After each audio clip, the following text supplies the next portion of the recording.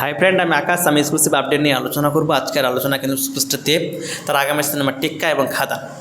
খাদান কী লেভেলের সিনেমা এটা আর আমাকে বলে দিতে হবে না। এই সিনেমাটা আপনারা সকলে জানেন যে 14ই অগাস্ট কিন্তু টিজারটি মুক্তি পাওয়ার কথা ছিল।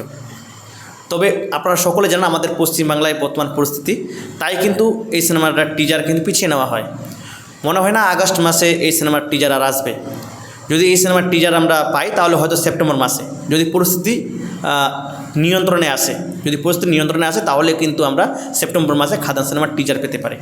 আরেকটা আপডেট বলে রাখি, টেক্কা সিনেমা কিন্তু দুর্গাপুজো উপলক্ষে মুক্তি পেতে চলেছে। আপনারা সকলে জানেন সুজিত মুখার্জির যেহেতু রয়েছে এই সিনেমাতে, আর সুজিত মুখার্জি কিন্তু প্রতি বছর দুর্গাপুজোতে কোনো না কোনো সিনেমা নিয়ে আসছে। তো এবার সুপারস্টার দেব এবং সুজিত মুখার্জি একসঙ্গে আসতে চলেছে।